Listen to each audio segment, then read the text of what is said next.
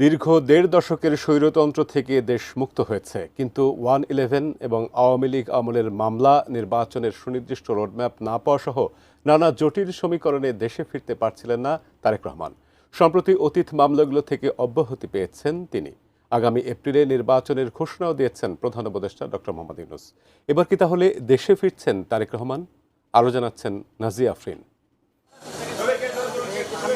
আওয়ামী লীগের দীর্ঘ দেড় দশকে স্বৈরশাসন আমলে বিএনপি চেয়ারপারসন বেগম খালেদা জিয়া যখন দীর্ঘ কারাবাস এবং জটিল রোগে আক্রান্ত হয়ে প্রায় অন্তরীণ, তখন ভারপ্রাপ্ত চেয়ারম্যান হয়ে দলের দায়িত্ব তুলে নেন তার বড় ছেলে তারেক রহমান।